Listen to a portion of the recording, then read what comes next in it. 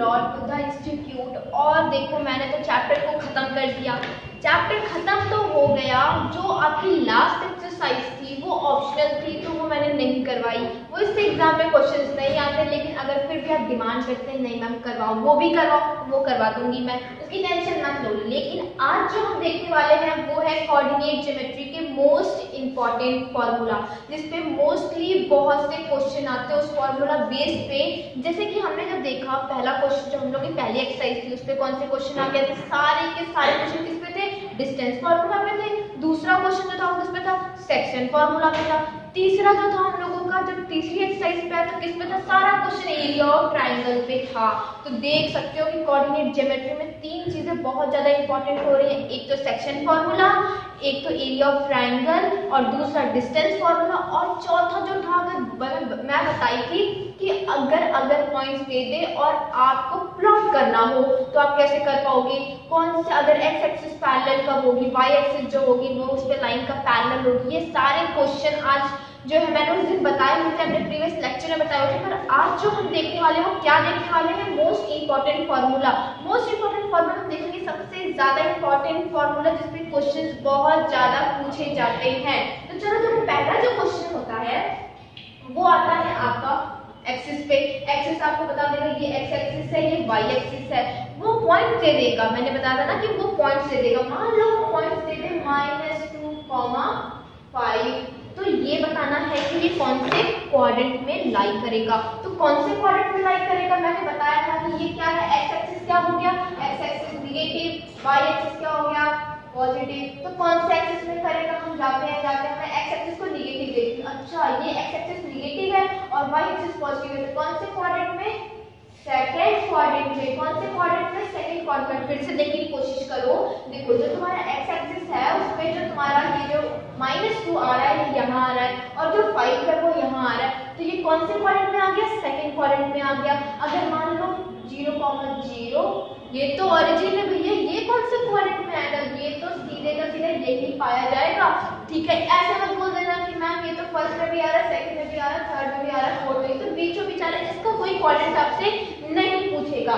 अगर मान लो मुझसे दे दे 1,2, अगर 1,2 दे दे तो दोनों पॉजिटिव है, दोनों कहाँ पे पॉजिटिव है, एक तो यहाँ पॉजिटिव है और एक यहाँ पॉजिटिव है। मतलब क्या फर्स्ट क्वाड्रेंट में क्या एक्स एक्सिस भी पॉजिटिव है, वाई एक्सिस भी पॉजिटिव, यस मैम बिल्कुल पॉजिटिव है। ये कौन से क्वाड्रेंट में आ जाएगा, फर्स्ट क्वाड्रेंट में आ जाएगा। ठीक है, मान लो अगर मैं, ये कौन सा क्वाड्रेंट है ये पूछ बताओ, तो ये फर्स्ट क्वाड्रेंट ये होता है, सेकंड क्वाड्रेंट ये होता है, थर्ड क्वाड्रेंट ये होता है और ये होता है फोर्थ क्वाड्रेंट। तो ये कौन सा क्वाड्रेंट हो गया हमारा, फोर्थ क्वाड्रेंट हो गया। अगर मैं पूछूं 5, -5, 5, मतलब 5, मतलब क्या एक्स एक्सिस पॉजिटिव है और वाई एक्सिस निगेटिव है, तो कहाँ पे है, ध्यान से देखो, एक्स एक्सिस तो पॉजिटिव यहाँ पे है और वाई एक्सिस निगेटिव यहाँ पे, तो कौन से क्वाड्रेंट में लाई किया, फोर्थ क्वाड्रेंट में लाई किया। तो ऐसे क्वेश्चन आएंगे तो कर लोगे, ऐसे क्वेश्चन आएंगे तो आपके क्वेश्चन होने चाहिए क्योंकि मैंने पढ़ाया हुआ है आपको। अच्छा, दूसरा क्वेश्चन क्या है, अभी तो क्वाड्रेंट दिया हुआ था, अब आपको पॉइंट्स दे दिया, बोलेगी कि यहाँ पे प्लॉट करके बताओ कहाँ लाई करेगा। एनसीईआरटी में एग्जांपल्स में क्वेश्चन है, अगर प्रैक्टिस करने का मन किया तो आप प्रैक्टिस कर लेना। जैसे कि अगर मैं बताऊं, मैं कहूँ चलो बताओ -1,2 को प्लॉट करके बताओ, तो -1,2 को प्लॉट करके बताना है, मतलब -1 मेरा एक्स एक्सिस पे यहाँ है, प्लॉट यहाँ पे तो 2 है, तो -1 से ऊपर जाते यहाँ पे क्या यही हमारा पॉइंट है, -1,2। क्या कैसे, देखो एक्स एक्सिस मेरा -1 था, वाई कितना था, 2 था, आ गया। मान लो मैं बोलूं 3,4, 3 यहाँ है, 4 यहाँ है।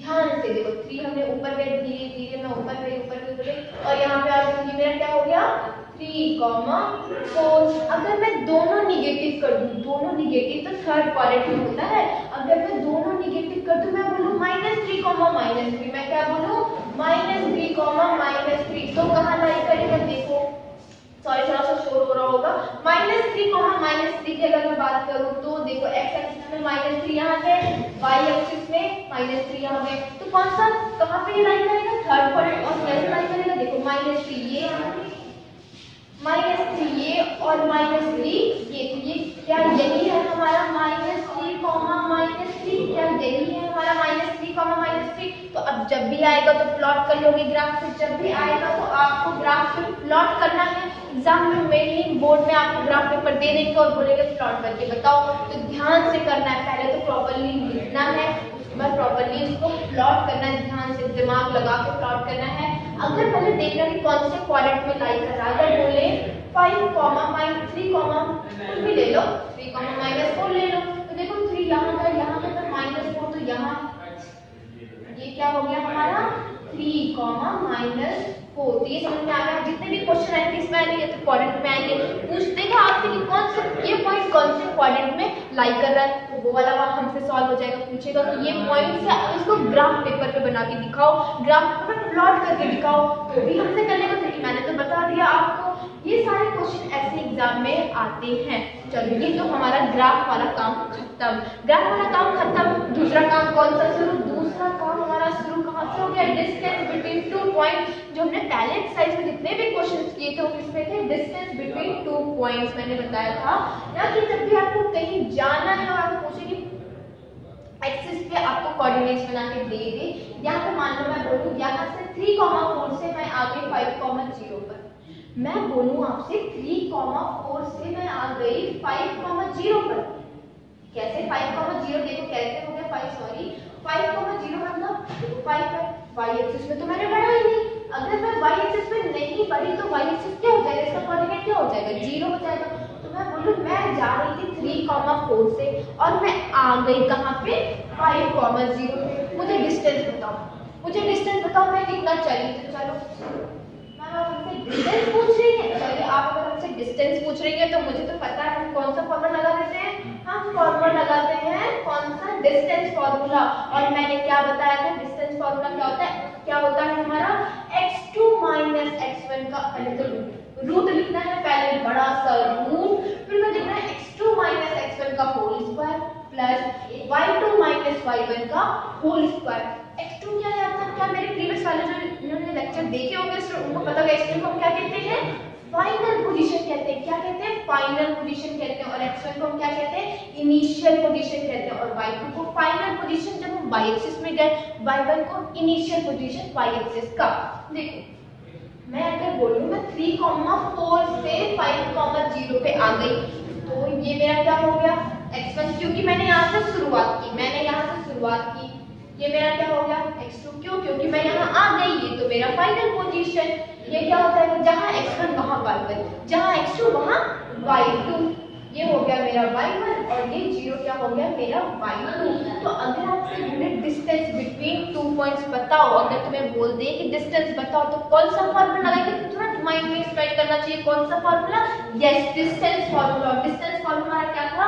Distance between 2 point, distance between 2 points निकालने के लिए हम कौन सा फॉर्मूला? Distance formula. उसका फॉर्मूला क्या होता है? Distance is equal to root x2 - x1 का whole square plus y2 - y1 का होल स्क्वायर। रटा होना चाहिए, एकदम दिमाग में रख लेना चाहिए। मुझे तो रटा दिया, तुम्हें देखते हैं कैसे रटाता है। अच्छा देखो सेक्शन फॉर्मूला की अगर बात करते हैं, सेक्शन फॉर्मूला क्या होता है?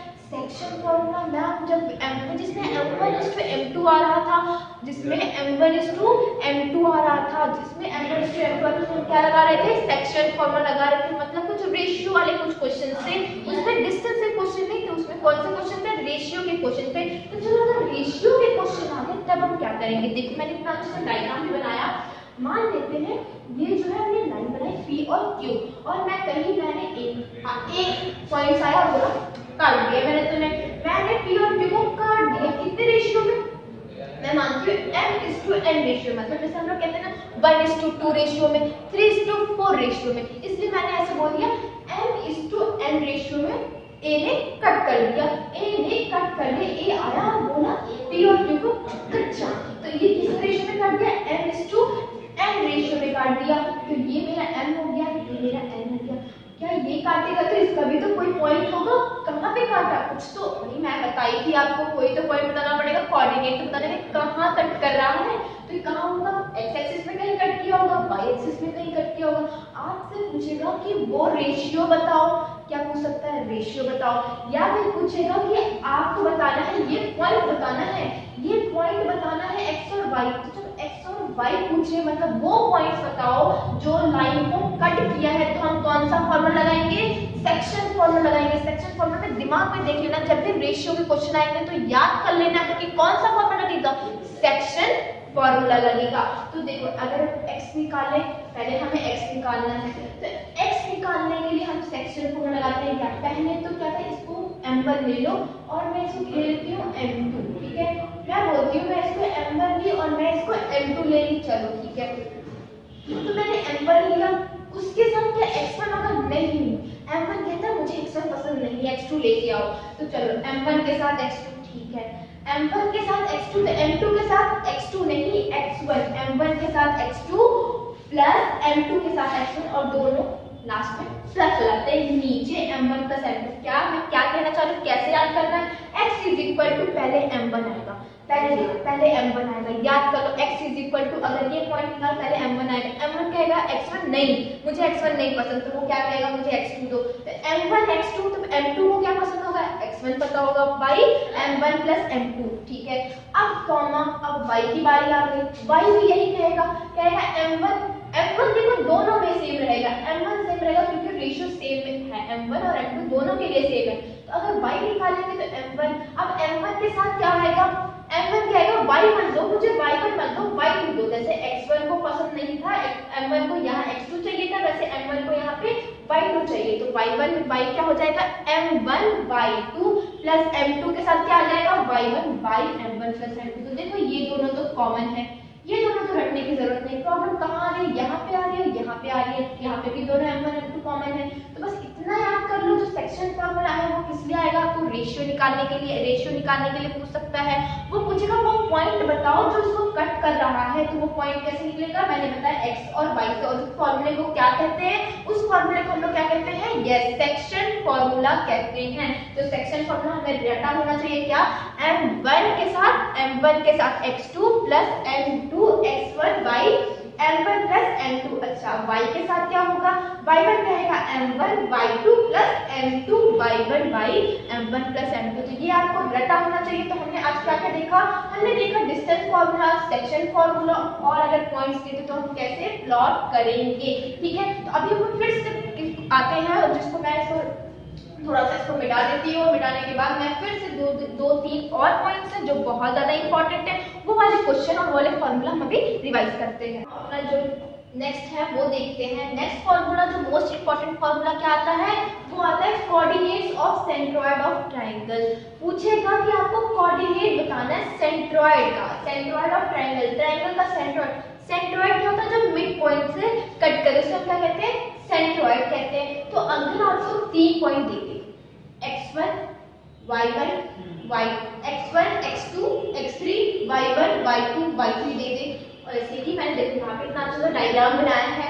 तो अगर मैं बोलूँ x1 y1 ये है, ठीक है, मैं इसका नाम दे देती हूँ मान लो a, इसका नाम दे देती हूँ b और इसका नाम दे देती हूँ c। तो अगर मैं a का जो पॉइंट है वो क्या है, x1 y1 है, और b का जो है x2 y2 है, c का जो है x3 y3 है, और मैं कह दूं, मान लो मैं एग्जामिनर मैंने ऐसा क्वेश्चन बनाया और मैं कह दूं, मैं कहूं कि बताओ इसका सेंट्रॉइड क्या होगा, तो सेंट्रॉइड कैसे निकालेंगे, क्या फॉर्मूला है सेंट्रॉइड का, x1 plus x2 plus x3 by 3।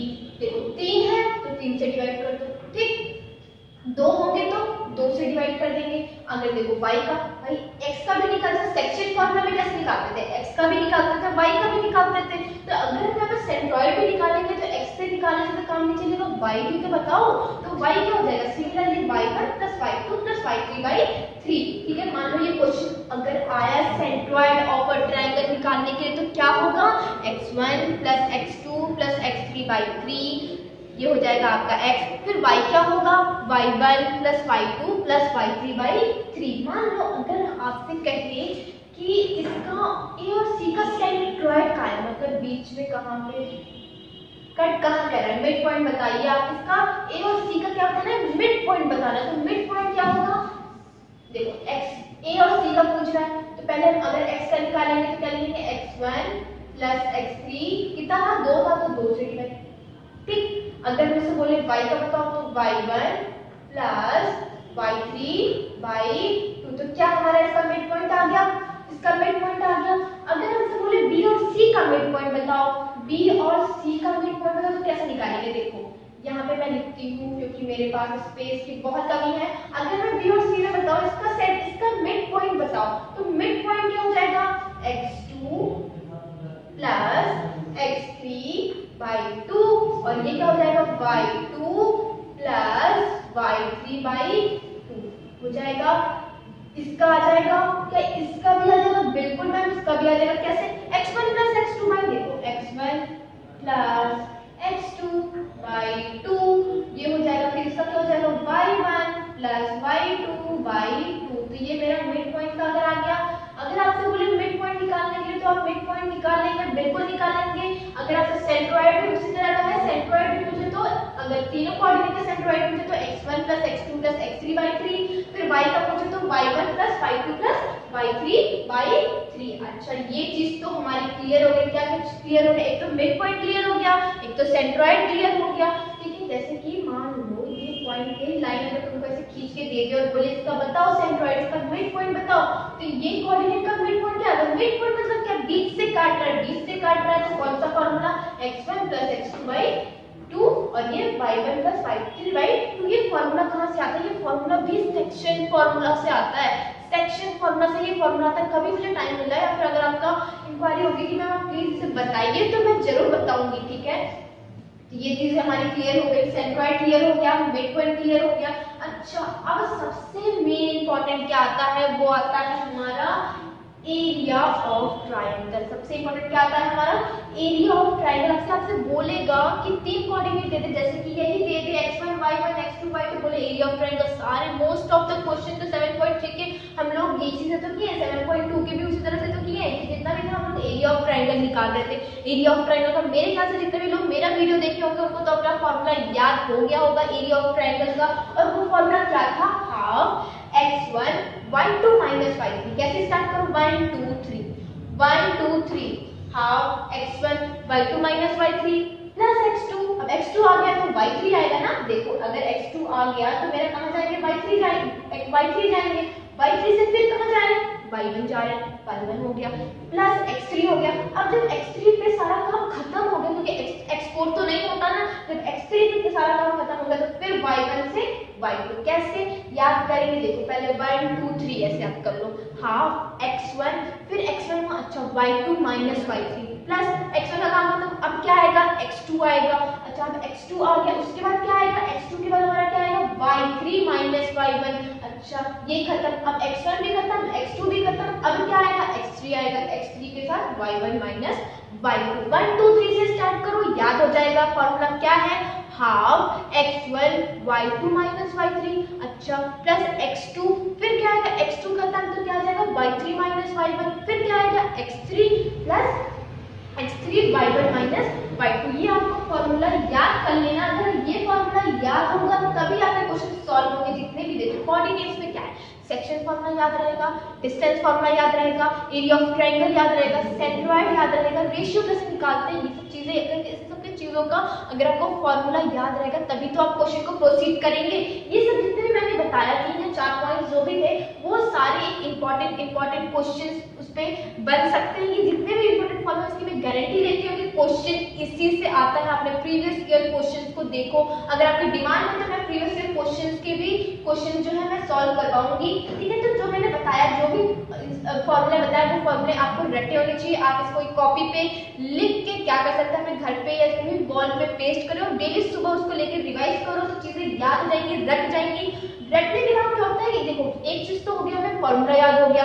दूसरी चीज क्या होनी चाहिए, दूसरी चीज आपको रिवीजन कैसे होगा, प्रैक्टिस मैथ का जितना प्रैक्टिस करेंगे उतना सही होगा। क्यों, क्योंकि मैंने बताया ना कि जब भी हम लोग एरिया ऑफ ट्रायंगल में देख लो तो कभी क्वेश्चन सॉल्व करो, कभी ना कभी साइन में मिस्टेक हो जाती है, कभी देख रहे हैं आंसर गलत आ रहा है, 3 बार करें, तीनों बार में आंसर गलत आ रहा है। क्यों ऐसा होता है, साइन बहुत ज्यादा मोस्ट इंपॉर्टेंट है। अगर आपका साइन गलत आ रहा है, साइन में आपने मिस्टेक कर दी, अगर साइन में मिस्टेक कर दी तो पूरा आंसर गलत और नंबर 0। तो क्या करना है, जितने भी एनसीईआरटी में क्वेश्चन है एग्जाम्पल्स हैं उसको आपको सॉल्व करना है, जितने हो सके आपको क्वेश्चन प्रैक्टिस करना है। आपके पास सैंपल पेपर्स होंगे, सैंपल पेपर से क्वेश्चन सॉल्व करो। मोस्ट इंपोर्टेंट एनसीईआरटी कंप्लीट करना। अगर एनसीईआरटी कंप्लीट हो गया तब तो आपके मैथ में काफी ज्यादा अच्छे मार्क्स आने वाले हैं। ठीक है, तो रिवाइज करते रहे।